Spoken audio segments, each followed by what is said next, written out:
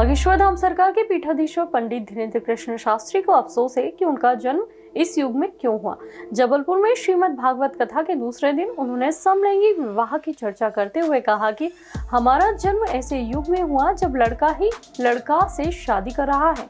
उन्होंने व्यंग्यात्मक लहजे में कहा कि अब बड़े शहरों में इस तरह के विवाह आम हो गए हैं। हालांकि कहा जा रहा है कि पंडित धीरेन्द्र कृष्ण शास्त्री के इस बयान से LGBT समुदाय में नाराजगी भी हो।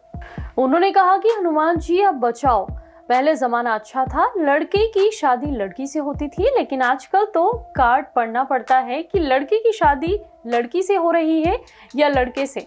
हम तो एक दिन सोच रहे थे, बताओ ऐसे ही युग में हमारा जन्म हुआ जब लड़के लड़के आपस में शादी कर रहे हैं, या विदेश में बहुत चलता है, अब यहाँ हमारे शहरों में होने लगा। लड़के के विवाह के लिए लड़की की आवश्यकता नहीं है।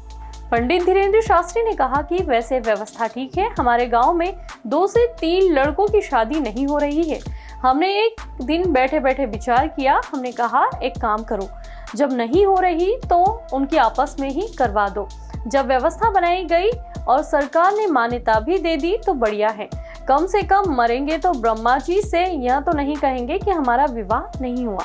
विवाह 2 लोगों में होता है, पर आजकल तो उल्टा जमाना आ गया है। हनुमान जी बचाए ऐसे उल्टे जमाने से।